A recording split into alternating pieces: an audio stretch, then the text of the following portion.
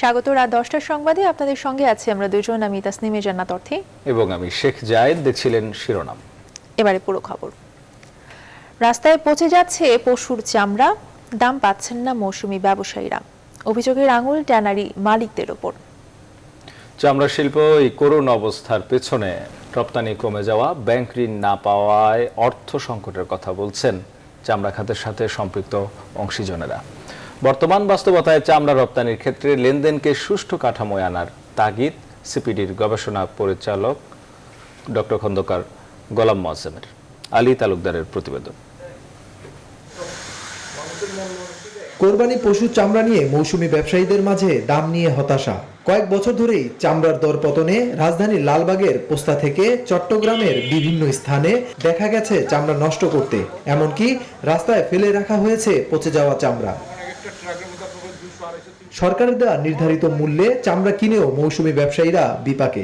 বলছে কাঁচা চামড়া প্রক্রিয়াজাতকরণে বেড়েছে খরচ, করোনার প্রভাব আর আন্তর্জাতিক বাজারে রপ্তানি কমে যাওয়ার প্রভাবকেও দায়ী করছেন অনেকে। আমাদের কাছে তো বিক্রি করতে হবে, আমাদের খরচও আছে, আমাদের খরচ বাদ দিয়ে আমরা খরিদ্দারি করব। আমি যদি বিক্রি করে 50 টাকা লাভ পাই তাহলে তো কিনবো চামড়াটা। মাল বিক্রি নাই তো আমাদের, তারপরে দিয়ে সরকার যে রেট দিচ্ছে এর চেয়ে আমরা অনেক বাড়তি দিয়ে মাল কিনছি। Bangladesh hide and skin merchants অ্যাসোসিয়েশনের সাধারণ সম্পাদক বলছেন, ট্যানারি মালিকদের কাছে বকেয়া টাকা না পাওয়ার ধারাবাহিকতায় চামড়া শিল্পের এই করুণ অবস্থার অন্যতম কারণ। ওরা যদি শত শত কোটি টাকা আমাদের রেখে দেয়, এটা তো আর আমরা পারি না, চামড়া তো কিনতে পারে না কেউ। আপনি ক্যাশ টাকার যোগান কয়টা লোক দিতে পারে? অন্যদিকে করোনার কারণে আন্তর্জাতিক বাজারে চামড়া শিল্পে প্রভাব আর ব্যাংক ঋণ না পাওয়ার কারণ তুলে ধরছেন ট্যানার্স অ্যাসোসিয়েশন। 19-20 এসে দাঁড়িয়েছে $98 মিলিয়ন, প্রায় 50% মতো আমাদের রপ্তানি আদেশ বাদ হয়ে গেছে, কমে গেছে। অর্থ সংকটের কারণে আমরা আসলে ওইভাবে পেমেন্টগুলি করতে পারি। গবেষণা সংস্থা সিপিডি বলছেন, কাঁচা চামড়া কেনা থেকে রপ্তানি পর্যন্ত লেনদেনের সুষ্ঠু কাঠামোই করুণ এই অবস্থা থেকে মুক্তি দিতে পারে। আমাদের প্রথমত যেটি প্রয়োজন, এই লেনদেন কাঠামোটিকে সুষ্ঠু একটি স্বচ্ছ কাঠামোর ভিতরে নিয়ে আসা দরকার। চামড়া শিল্পের পরিসর বাড়াতে আন্তর্জাতিকভাবে আমদানিকারক প্রতিষ্ঠানগুলোর সাথে সরকারের যোগাযোগ বাড়ানোর কথা বলছেন চামড়া খাতের সাথে সংশ্লিষ্টরা। আলী তালুকদার, নিউজ 24, ঢাকা। কক্সবাজারে পুলিশের গুলিতে নিহত সাবেক সেনা কর্মকর্তা সিনহা মোহাম্মদ রাশেদের মা নাসিমা আক্তারকে টেলিফোনে সান্ত্বনা জানিয়েছেন প্রধানমন্ত্রী শেখ হাসিনা। মঙ্গলবার বিকেলে ফোন করে প্রধানমন্ত্রী নিহতের পরিবারকে সুষ্ঠু তদন্ত ও বিচারের আশ্বাস দেন, পাশাপাশি আর্থিক সহায়তা প্রদানের কথা বলেন। নিহতের পরিবারের খোঁজ খবর নেয়ায় প্রধানমন্ত্রীকে ধন্যবাদ জানিয়েছে সিনহার পরিবার। প্রধানমন্ত্রীর প্রেস সচিব স্বাক্ষরিত এক প্রেস বিজ্ঞপ্তিতে এই তথ্য জানানো হয়।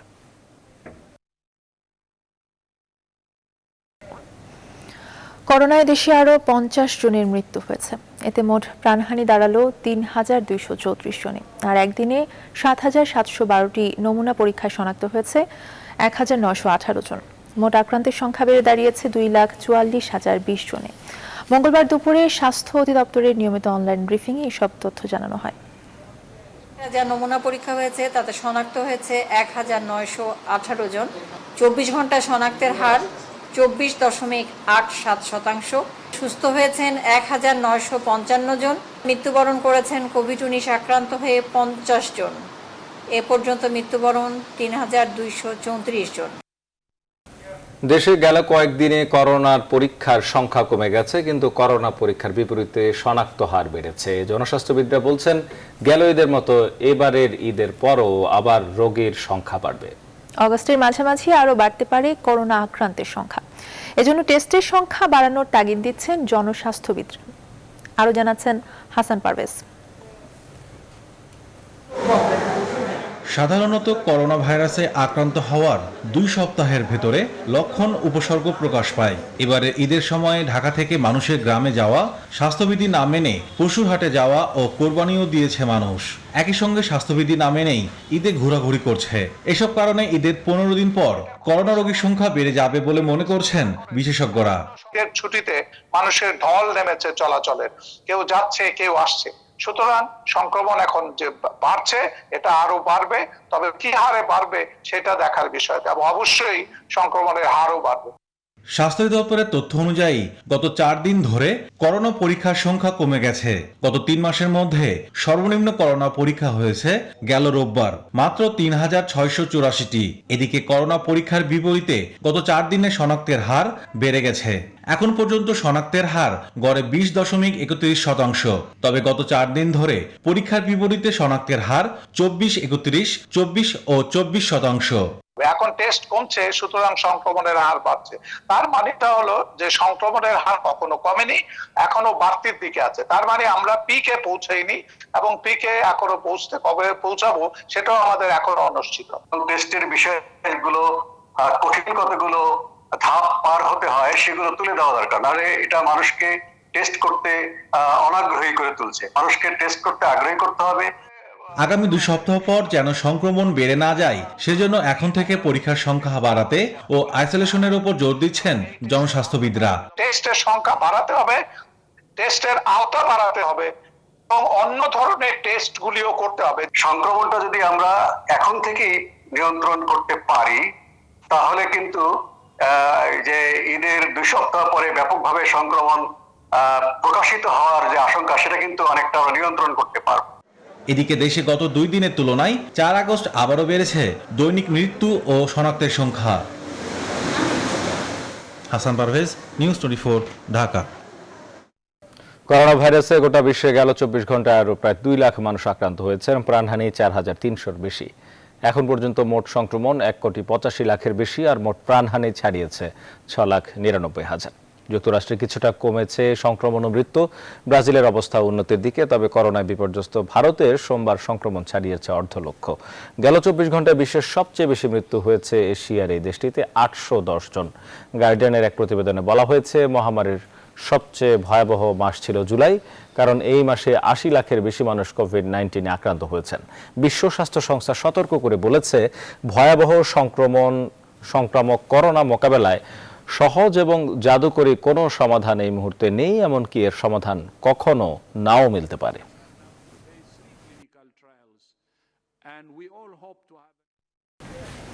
বিশ্বের যেসব দেশ বা সংস্থা করোনা ভাইরাসের ভ্যাকসিন নিয়ে কাজ করছে তাদের সবার সঙ্গেই যোগাযোগ রাখছে সরকার। মঙ্গলবার এই কথা জানান স্বাস্থ্য সচিব আব্দুল মান্নান। সচিবালয় সাংবাদিকদের স্বাস্থ্য সচিব আরও জানান, চীনের বেসরকারি কোম্পানি সাইনোভ্যাক তাদের ভ্যাকসিনের 3য় ধাপের পরীক্ষা বাংলাদেশের কোভিড-19 হাসপাতালে কাজ করা স্বাস্থ্যকর্মীদের ওপর চালাতে চায়। আর এজন্য ICDDRBর মাধ্যমে স্বাস্থ্য মন্ত্রণালয়ের কাছে প্রস্তাব দিয়েছে প্রতিষ্ঠানটি। তিনি জানান, প্রস্তাব পরীক্ষা নিরীক্ষা করে দেখা হচ্ছে।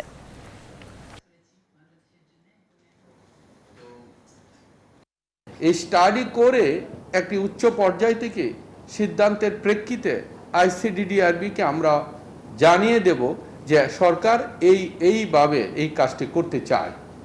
এটা যে ধরনের সিদ্ধান্তই হোক এটি ICDDRBকে আমরা জানাবো। শুধুমাত্র সাইনোভ্যাক কোম্পানির উপরে নির্ভর করে কিন্তু আমরা থাকবো না।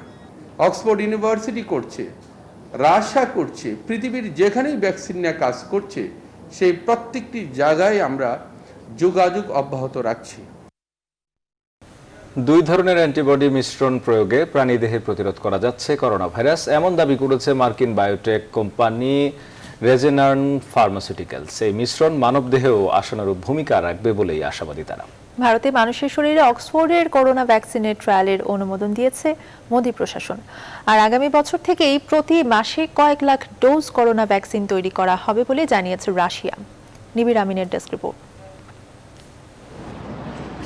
শুধুমাত্র একটি নয়, এবার 2টো অ্যান্টিবডির মিশ্রণের মাধ্যমে বানর ও ইঁদুরের শরীরে করোনা ভাইরাস প্রতিরোধ করার দাবি করল রেজেনারন ফার্মাসিউটিক্যালস। মার্কিন এই বায়োটেক কোম্পানির মতে, করোনায় মারাত্মকভাবে আক্রান্ত প্রাণীদের দেহ থেকে ব্যাপক হারে ভাইরাসের সংক্রমণ প্রায় পুরোপুরি দমাতে সক্ষম হয়েছে 2টো মনোক্লোনাল অ্যান্টিবডির এই ককটেল। অদূর ভবিষ্যতে এই ককটেলটি মানবদেহেও কার্যকর হবে বলে আশাবাদী কোম্পানিটির শীর্ষ গবেষকরা। করোনা প্রতিরোধে মনোক্লোনাল অ্যান্টিবডি থেরাপির সাফল্যের ব্যাপারে অনেকটাই নিশ্চিত যুক্তরাষ্ট্রের শীর্ষ সংক্রমণ রোগ বিশেষজ্ঞ ডক্টর অ্যান্থনি ফাউসি। মারাত্মকভাবে সংক্রমণ বাড়তে থাকায় এবার ভারতে মানবদেহে অক্সফোর্ডের করোনা টিকার ট্রায়াল করতে অনুমোদন দিয়েছে মোদি প্রশাসন। করোনা ভ্যাকসিনের ট্রায়াল করতে ছাড়পত্র পেয়েছে সেরাম ইনস্টিটিউট অফ ইন্ডিয়া। দেশটির আরেকটি ওষুধ কোম্পানির সঙ্গে কোভিড-19 ভ্যাকসিন উৎপাদনের চুক্তি করেছে ফার্মাসিউটিক্যাল জায়ান্ট অ্যাস্ট্রাজেনেকা ও অক্সফোর্ড ইউনিভার্সিটি। এদিকে প্রাথমিক হিসেব অনুযায়ী চলতি বছর কয়েক হাজার এবং আগামী বছরের প্রথম থেকেই প্রতি মাসে কয়েক লাখ ডোজ করোনা ভ্যাকসিন তৈরির কথা জানিয়েছে রাশিয়া। তবে রুশ শিল্প ও বাণিজ্য মন্ত্রী ডেনিস মেন্তুরভ জানান, স্বাস্থ্যসেবা ব্যবস্থার প্রয়োজনীয়তার উপরেই নির্ভর করবে ভ্যাকসিনের সার্বিক উৎপাদন। নিবির আমিন, নিউজ 24। এক মাসেরও বেশি সময় ধরে পানিবন্দী দুর্বিষহ দিন পার করছেন ঢাকা উত্তর সিটি কর্পোরেশনের 42 নম্বর ওয়ার্ডের বাসিন্দারা। কোনো আশ্রয়কেন্দ্র না থাকায় নবজাতক শিশু আর বৃদ্ধদের সহ পানিতে ডোবার ঝুঁকি নিয়ে বসবাস করছে হাজারো মানুষ। কখনো বিষাক্ত সাপ, পোকামাকড় আর নানা পানিবাহিত রোগে আক্রান্ত হচ্ছেন এখানকার মানুষজন। দীর্ঘদিন বন্যা কবলিত থাকলেও খোঁজ নেয়নি কেউ। আরো জানাচ্ছেন মারুফা রহমান। ফকিরখালীর বানভাসী এক বাড়িতে কয়দিন আগেই জন্ম নিয়েছে এক ফুটফুটে কন্যা শিশু তাবাসসুম। ঘর ভরা বানের পানির মধ্যে তার জন্মের দিনটি ছিল খুবই উদ্বেগের। অভাবের সংসারে বন্যা আর করোনা যেন এনে দিয়েছে আরো অভাব। পুষ্টিকর খাবারের অভাবে বুকে দুধ নেই মা শিল্পী আক্তারের। হঠাৎ রাত্রে আমার এই অবস্থা, তখন টেনশনে তো মনে করেন আমি অনেক দুর্বল, আরো মনের থেকেও দুর্বল হয়ে গেছি।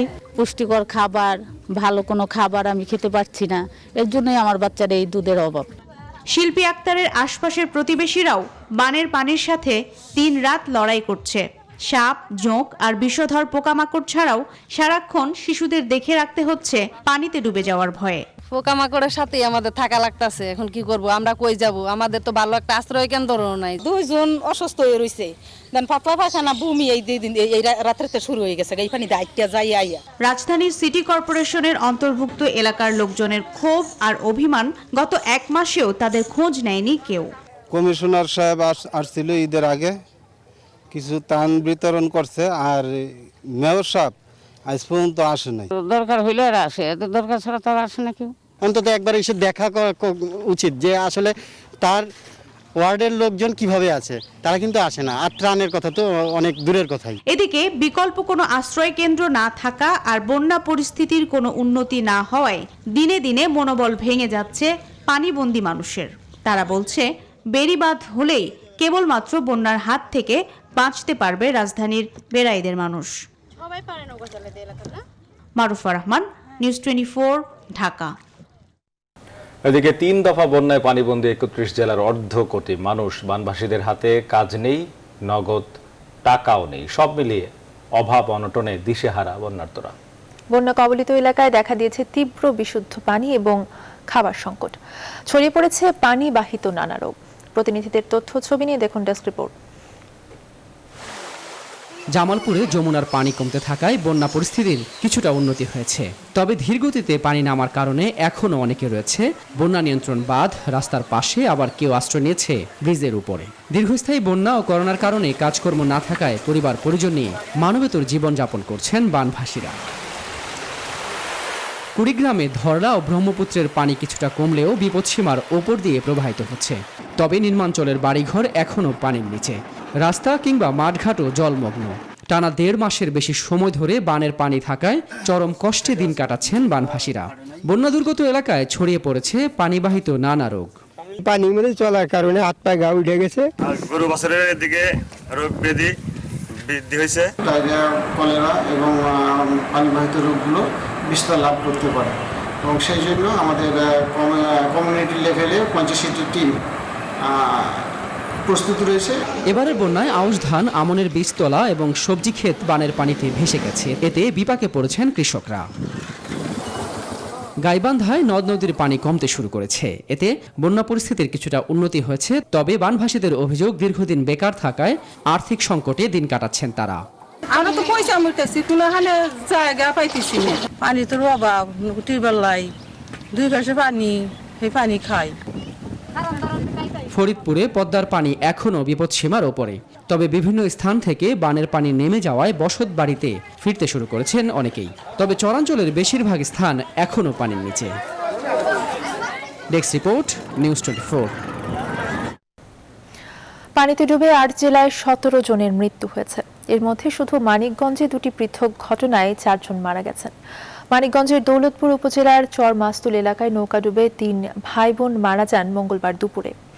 এই ঘটনায় নৌকার মাঝি ও আরেকজনকে জীবিত উদ্ধার করে এলাকাবাসী। তবে নিখোঁজ রয়েছে হনুফার 2 সন্তান। এছাড়া সাটুরিয়া উপজেলায় চঞ্চল হোসেন নামে এক শিশুর লাশ উদ্ধার করা হয় সকালে।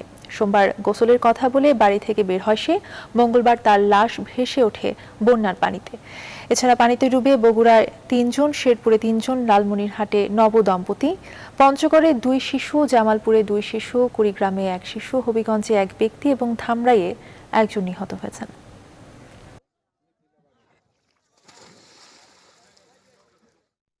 করোনা যুদ্ধে স্বেচ্ছাসেবী হিসাবে কাজ না করেই কোভিড যোদ্ধা হিসেবে বিশেষ বিবেচনায় মেডিকেল টেকনোলজিস্ট হিসেবে নিয়োগ পেয়েছেন বেশ কয়েকজন।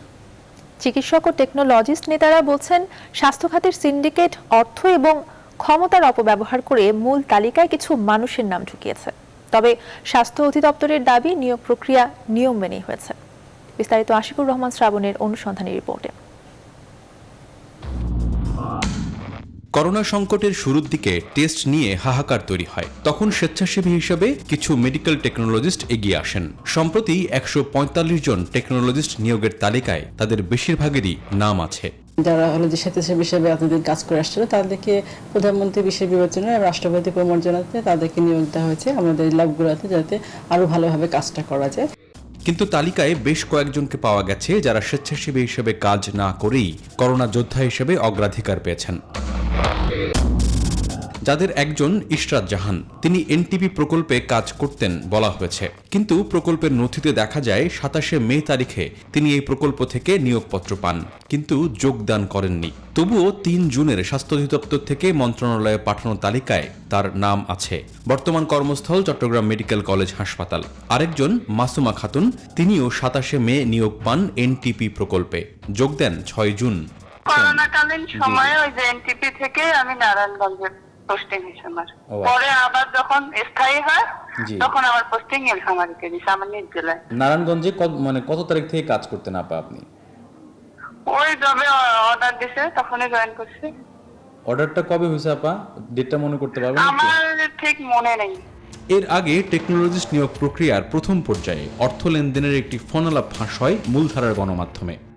কিভাবে টাকাটা কিভাবে মানে তুমি কনফার্ম থাকো, এটা দেওয়ার ইচ্ছা থাকে, সবাই যেভাবে দেয় তুমি এভাবে দিবে। এখন এরা আসলে 10 লাখ 15 লাখ টাকা দিয়ে চাকরি নিতে, এরা হলো মেইন হলো যে কনফার্ম, তাইলে আমরা টাকা দিতে বসছি। মানে এরা কত হলো টাকা কোনো ফ্যাক্টর না, এদের চাকরি হলো মেইন। চিকিৎসক ও টেকনোলজিস্ট নেতারা অভিযোগ করছেন, নিয়োগের সময় সদ্য বিদায়ী মহাপরিচালক দায়িত্বে ছিলেন। হয়তো স্বাস্থ্য খাতের পুরনো সিন্ডিকেট সেখানে সক্রিয় ছিল। অনেকে স্বেচ্ছাসেবী হিসেবে কাজ করে নাই, তাদেরও নাম আছে। এটা খুবই দুঃখজনক। যারা এই বিতর্কিত কাজটা করে এই সরকারের উদ্যোগটাকে ইমেজ ক্ষুণ্ণ করেছে, আমি মনে করি তাদেরকে তদন্ত করে বের করে শাস্তির আওতায় আনা উচিত। অস্বচ্ছ প্রক্রিয়ার পিছনে যারা আছে, আমরা সেই ব্যাপারে খুবই অসন্তুষ্ট। বর্তমানে দেশে ডিগ্রিধারী বেকার মেডিকেল টেকনোলজিস্টদের সংখ্যা প্রায় 20,000। আশিকুর রহমান শ্রাবণ, নিউজ 24, ঢাকা। জনগণকে সঙ্গে নিয়ে ঐক্যের মাধ্যমে গণতন্ত্রকে ফিরিয়ে আনা সম্ভব বলে মনে করেন বিএনপি মহাসচিব মির্জা ফখরুল ইসলাম আলমগীর। মঙ্গলবার ভার্চুয়াল মাধ্যমে অনুষ্ঠিত এক স্মরণ সভায় নেতাকর্মীদের উদ্দেশ্যে তিনি এই মন্তব্য করেন। করোনায় আক্রান্ত হয়ে সম্প্রতি মৃত্যুবরণ করা স্বেচ্ছাসেবক দল সাধারণ সম্পাদক শফিউল বারী বাবু এবং দলের সাংগঠনিক সম্পাদক আব্দুল আওয়ালের স্মরণে এই সভার আয়োজন করা হয়। জনগণকে সামনে নিয়ে, সাথে নিয়ে ঐক্যবদ্ধভাবে সকলের মধ্যে ঐক্য সৃষ্টি করে আমাদেরকে পরিবর্তন আনতে হবে, দেশে গণতন্ত্রকে ফিরিয়ে আনতে হবে। এবং বাবু এবং আওয়াল খানের যে চলে যাওয়ার যে ত্যাগ, সেই ত্যাগের মূল্যায়ন আমরা তখনই করতে পারবো যদি সেই সংগ্রামে, সেই লড়াইয়ে আমরা সবাই সক্রিয়ভাবে অংশ হয়ে এই ভয়ঙ্কর ফ্যাসিবাদকে আমরা পরাজিত করতে পারি। জেকেজির মামলায় আগামীকাল আদালতে অভিযোগপত্র দেবে পুলিশ। এই প্রতারণায় 6 জনের জড়িত থাকার প্রমাণ পেয়েছে পুলিশ। মঙ্গলবার দুপুরে ডিএমপি মিডিয়া সেন্টারে সাংবাদিকদের সঙ্গে আলাপকালে কথা জানান অতিরিক্ত কমিশনার আব্দুল বাতেন।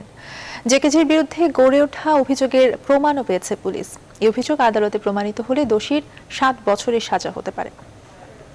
যে মামলা, সেই মামলা আজকে 1 মাস 13 দিন আমরা এটা তদন্ত করে চার্জশিট প্রস্তুত করেছি। আগামীকালকে এটার চার্জশিট আমরা কোর্টে দাখিল করব। তদন্তকালে আমরা মোট 6 জনের সম্পৃক্ততা পেয়েছি, তার মধ্যে সাবরিনা এবং আরিফুল 2 জন সহ। ঈদুল আজহার ছুটি কাটিয়ে রাজধানীতে ফিরছে মানুষ। মঙ্গলবার সকাল থেকে সড়ক ও রেলপথের তুলনায় নৌপথে বেশি আসতে দেখা যায়। সদরঘাট লঞ্চ টার্মিনালে যাত্রীরা জানান মানুষের চাপ কম থাকলেও স্বাস্থ্যবিধি মানছেন না। বেশিরভাগই অভিযোগ রয়েছে গণপরিবহনে ভাড়া আদায় করা হচ্ছে 2-3 গুণ বেশি। হাবিবুল ইসলাম হাবিবের রিপোর্ট। সকাল থেকে সদরঘাট লঞ্চ টার্মিনালে চিরচেনা দৃশ্য। দক্ষিণাঞ্চল থেকে আসা মানুষের পদচারণায় কর্মব্যস্ত হয়ে উঠেছে এসব এলাকা। তবে ঈদ শেষে ঢাকায় এসেই যেন ভোগান্তি শুরু এসব মানুষের। গণপরিবহনগুলো 2-3 গুণ বেশি ভাড়া কষছে বলে অভিযোগ তাদের। মহামারী করোনার ঝুঁকি নিয়েও জীবন জীবিকার তাগিদে ফেরা এসব মানুষ জানান নৌযানগুলোতে স্বাস্থ্য সুরক্ষার কোনো বালাই নেই। মিরপুর 14 নম্বর যাব, যেখানে ভাড়া 400 টাকা, সে জায়গায় ভাড়া চাচ্ছে 800 টাকা, তাও পাইতেছি না কোনো গাড়ি ঘোড়া। যাতায়াতের যে সমস্যা, কোনো গাড়ি পাওয়া যাচ্ছে না, 1 টাকার ভাড়া 3 টাকা। কোভিড-19 যেগুলোকে মানুষের সতর্কতা, লঞ্চে তো এগুলো কোনো নিয়ম মানে না। এদিকে সকাল থেকে দেশের বিভিন্ন অঞ্চল থেকে যাত্রী বোঝাই ট্রেন আসতে থাকে কমলাপুর স্টেশনে। ট্রেনের যাত্রা স্বস্তির হলেও মহামারীর কারণে ঈদ যাত্রা যেন অপূর্ণ থেকে গেছে বলে জানান অনেকে। আসলে ওইভাবে আত্মীয় স্বজনের বাসায় যাইতে পারি নাই, বাসাতে বাবা মা আত্মীয় স্বজন যারা ছিল তাদেরকে সময় দিয়েছে। এবারে ঈদ ভাই ভালো কাটছে, গেছে সুন্দর মতো, ডবল সিট নিয়ে গেছিলাম, আসছি আবার ডবল সিট নিয়ে। আর বেলা বাড়ার সঙ্গে সঙ্গে মানুষের চাপ বাড়তে থাকে রাজধানীর সড়কগুলোতে। করোনা আবার এইদিকে হচ্ছে আমাদের টাঙ্গাইলে বন্যার কারণে একটু অন্য পরিস্থিতিতে ভিন্ন রকম ভাবে ঈদ কাটিয়ে আবার ঢাকায় ফেরা হলো। একটু ভয় ছিল, মানে সামাজিক দূরত্ব রেখে ঈদ করতে হয়েছে।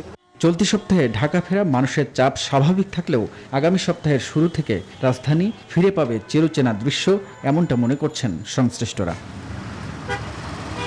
হাবিবুল ইসলাম হাবিব, নিউজ 24, ঢাকা। সুদের টাকার জন্য নোয়াখালীতে সোহেল নামে এক যুবককে পিটিয়ে হত্যার অভিযোগ উঠেছে। বিচারের দাবিতে মঙ্গলবার বিকেলে সদর উপজেলার কালারড্রাপ ইউনিয়নে ওই যুবকের লাশ নিয়ে মিছিল করে এলাকাবাসী। এর আগে মঙ্গলবার দুপুরে নোয়াখালী জেনারেল হাসপাতালে চিকিৎসাধীন অবস্থায় মৃত্যু হয় সোহেলের। স্বজন ও স্থানীয়রা জানান, সুদের টাকার দাবিতে নূর মোহাম্মদ নামে স্থানীয় এক ব্যক্তির সহযোগীরা ওই যুবককে সোমবার সকালে বাড়ি থেকে তুলে নিয়ে যায়। স্থানীয় বাজারের একটি দোকানের পেছনে তাকে শারীরিক নির্যাতন ও বিষাক্ত দ্রব্য খাইয়ে ফেলে রেখে যায়। পরে সোহেলকে উদ্ধার করে হাসপাতালে ভর্তি করেন স্বজনরা। এ ঘটনায় হত্যা মামলা দায়েরের পর ফারুক হোসেন নামে এক ব্যক্তিকে গ্রেপ্তার করে পুলিশ। ঘরে গিরাও করছে, তবে সেটা বাগিয়ে এসছে। বাগিয়ে আসার পরে ওই জুইল নামের একটা ছেলে আছে, একটা হুন্ডা লইয়া যায়, এই অটো গাড়িতে আছে, অটো গাড়ির সামনে দিই মানে আটকে দিচ্ছে। মতন খাওয়া করে উনি 2-3 বার উদ্দেশ্য আমার আব্বু আছে মসজিদের সামনে, সেখানে চলেন উনি মানে না সমর্থন লইছে। আমার ছেলেরা মারি ফেলাবার পরে এরা মত দেখে যে আমার সুকৌশল আমার ফোন করে নিয়ে আইছে, নেয় মনে এরা পড়ে গেছে। করোনা মহামারীতে থামেনি দেশের প্রথম এবং সবচেয়ে ব্যয়বহুল রূপপুর পারমাণবিক বিদ্যুৎ প্রকল্পের কাজ। নির্দিষ্ট সময় প্রকল্পের কাজ শেষ করতে দিনরাত পরিশ্রম করছে প্রকৌশলী সহ প্রায় 12,000 কর্মী। এমনকি রাশিয়াতেও এগিয়ে চলছে প্রকল্পটির প্রয়োজনীয় যন্ত্রপাতি তৈরির কাজ। এই বছরের মধ্যে মূল যন্ত্রপাতি দেশে চলে আসবে বলে জানাচ্ছেন প্রকল্প সংশ্লিষ্টরা। রূপপুর প্রকল্প ঘুরে এসে বিস্তারিত জানাচ্ছেন হাসান পারভেজ, ক্যামেরায় ছিলেন বাঁধন ইফরান। করোনা ভাইরাস মহামারীর কারণে দেশের বেশ কয়েকটি মেগা প্রকল্পের কাজ বাধাগ্রস্ত হয়েছে, কিন্তু 1 লক্ষাধিক কোটি টাকারও বেশি অর্থে নির্মাণাধীন রূপপুর পারমাণবিক বিদ্যুৎ কেন্দ্রের কাজ করোনায় এক মুহূর্তের জন্য বন্ধ হয়নি। স্বাস্থ্যবিধি মেনেই প্রায় 12,000 প্রকৌশলী ও শ্রমিক 3টি শিফটে কাজ করছেন। দৃশ্যমান এসব অবকাঠামো জানান দিচ্ছে এগিয়ে চলছে প্রকল্পের কাজ। করোনা মহামারীর মধ্যেও রূপপুর পারমাণবিক বিদ্যুৎ কেন্দ্রের প্রকল্পের কাজ পুরোদমে চলছে। আর পুরোদমে কাজ চলায় নির্দিষ্ট সময়ের মধ্যে শেষ হবে বলে মনে করছেন প্রকল্প সংশ্লিষ্টরা। যেটা বাংলাদেশের মাটিতে এই বাঙালি ছেলেরা রাত দিন খেটে তুলতে পারছে, এটা কিন্তু আমাদের জন্য আজকে অনেক বড় গর্বের। এই প্রজেক্টটা বাংলাদেশে আমি বলে আল্লাহ চাইতে যখন শেষ হবে তখন বাংলাদেশ কিন্তু একটা অন্য উচ্চতায় উঠে যাবে। আমি এইটুকু বলতেছি যে আমরা যেভাবে টাইম ফ্রেমগুলো তৈরি করেছিলাম ঠিক সেইভাবে আগাচ্ছে। রূপপুরের 2টি ইউনিটের জন্য 2টি রিঅ্যাক্টর বিল্ডিং এর কাজ শেষের দিকে। নিরাপত্তার জন্য কোর ক্যাচারও বসানো হয়েছে। এদিকে রাশিয়াতে বিদ্যুৎ কেন্দ্রের প্রথম ইউনিটের জন্য রিঅ্যাক্টর প্রেসার ভ্যাসেল এবং একটি স্টিম জেনারেটরের হাইড্রোলিক টেস্ট সফলভাবে সম্পন্ন হয়েছে। এছাড়া প্রথম ইউনিটের 4টি স্টিম জেনারেটরের নির্মাণ কাজ শেষ হয়েছে। আমাদের শিডিউল অনুসারে যত গুরুত্বপূর্ণ এলটিএমই ইকুইপমেন্ট বাংলাদেশে আসার কথা এই বছরের মধ্যে সবগুলি আসছে। অনেক যন্ত্রপাতি ইতিমধ্যে বসে গেছে, কিছু বসার অপেক্ষায় আছে, কিছু আসছে। সুতরাং রিঅ্যাক্টর বিল্ডিং 1-এর অনেক যন্ত্র ইতিমধ্যে বসে গেছে। অবশ্যই আমরা করোনার মহামারীর মধ্যে চ্যালেঞ্জ নিয়ে কাজ করছি, কিন্তু প্রকল্পের কাজ এগিয়ে চলছে। এখন পর্যন্ত প্রকল্পে কোনো নেতিবাচক প্রভাব পড়েনি। সব ধরনের গাইডলাইন মেনেই সবাই কাজ করছে। মোট 2400 মেগাওয়াট বিদ্যুৎ উৎপন্ন হবে রূপপুর পারমাণবিক বিদ্যুৎ কেন্দ্র থেকে। প্রকল্প সংশ্লিষ্টরা বলছেন 2023 সালের প্রথম ভাগেই বিদ্যুৎ কেন্দ্রটির 1200 মেগাওয়াট ক্ষমতার প্রথম ইউনিটের বিদ্যুৎ জাতীয় গ্রিডে পরীক্ষামূলকভাবে সরবরাহ করা হবে। হাসান পারভেজ, নিউজ 24, ঈশ্বরদী, পাবনা। বিএনপি জাতীয় নির্বাহী কমিটির ভাইস চেয়ারম্যান, ঢাকা জেলা বিএনপির সাবেক সভাপতি, বেসামরিক বিমান চলাচল এবং পর্যটন মন্ত্রণালয়ের সাবেক প্রতিমন্ত্রী আব্দুল মান্নান ইন্তেকাল করেছেন। ইন্না লিল্লাহি ওয়া ইন্না ইলাইহি রাজিউন। মঙ্গলবার রাত 9:30টার দিকে রাজধানীর এভারকেয়ার হাসপাতালে শেষ নিঃশ্বাস ত্যাগ করেন তিনি। বার্ধক্যজনিত কারণে তিনি মারা যান। মৃত্যুকালে তার বয়স হয়েছিল 78 বছর। তিনি এক কন্যা সন্তান রেখে গেছেন। তার মৃত্যুতে শোক জানিয়েছেন বিএনপি মহাসচিব মির্জা ফখরুল ইসলাম আলমগীর।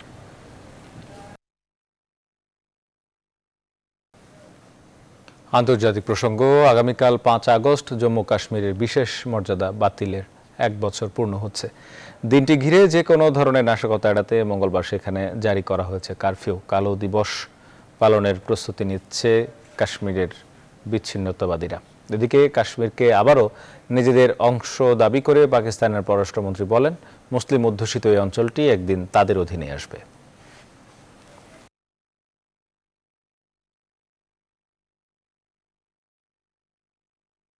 এবার খেলার খবর। বিশ্বকাপ বাছাই পর্বের বাকি 4 ম্যাচকে সামনে রেখে কাল থেকে শুরু হচ্ছে জাতীয় ফুটবল দলের অনুশীলন ক্যাম্প। মোট 3 ধাপে যোগ দেবেন ফুটবলাররা। প্রথম ধাপে যোগ দেবেন 12 ফুটবলার। আবাসিক ক্যাম্পে যোগ দেওয়ার আগে ফুটবলারদের করানো হবে করোনা পরীক্ষা। মাহফুজুল ইসলাম জানাচ্ছেন বিস্তারিত। কাতারের বিপক্ষে ঘরের মাঠে দুর্দান্ত পারফরমেন্স, সাথে ভারতের বিপক্ষে জিততে জিততে ড্র করে ফেরা ম্যাচগুলো এখনো ফুটবল প্রেমীদের মনে দাগ কেটে আছে। করোনার কারণে বিশ্বকাপ বাছাইয়ের সব ম্যাচ স্থগিত হয়ে যাওয়ার পর আবারও ব্যস্ত হচ্ছে জাতীয় দল। স্বাস্থ্যবিধি মেনে 3 ধাপে যোগ দেবেন ফুটবলাররা। প্রথম দিন যোগ দেবেন 12 ফুটবলার। করানো হবে করোনা পরীক্ষা। এরপর সন্ধ্যায় পরীক্ষার ফলাফল পাওয়ার পর নেওয়া হবে সারা রিসোর্টে। একইভাবে 6 আগস্টে 12 ও 7 আগস্ট একই প্রক্রিয়ায় যোগ দেবেন 7 ফুটবলার। এদিকে জাতীয় দলের অধিনায়ক জামাল ভুঁইয়া ফ্লাইট জটিলতায় এখনো দেশে ফিরতে পারেননি। একই অবস্থা নতুন ডাক পাওয়া ফিনল্যান্ড প্রবাসী তারেক কাজীর। কোচ জেমিডে কবে নাগাদ দলের সাথে যোগ দিবেন সে কথা বলা কঠিন। তবে বাংলাদেশে আসার সুবিধামতো ফ্লাইট পেলেই উড়াল দেবেন জামাল ভুঁইয়াদের কোচ, সে কথা স্বয়ং জেমিডে নিজেই জানিয়েছেন। বাছাই পর্বে বাংলাদেশের বাকি আর 4 ম্যাচ। জামাল ভুঁইয়াদের পরবর্তী ম্যাচ ঘরের মাঠে 8 অক্টোবর আফগানিস্তানের বিপক্ষে। মাহফুজুল ইসলাম, নিউজ 24। এই ছিল রাত 10টার সংবাদ আয়োজন। এতক্ষণ সঙ্গে থাকার ধন্যবাদ সবাইকে।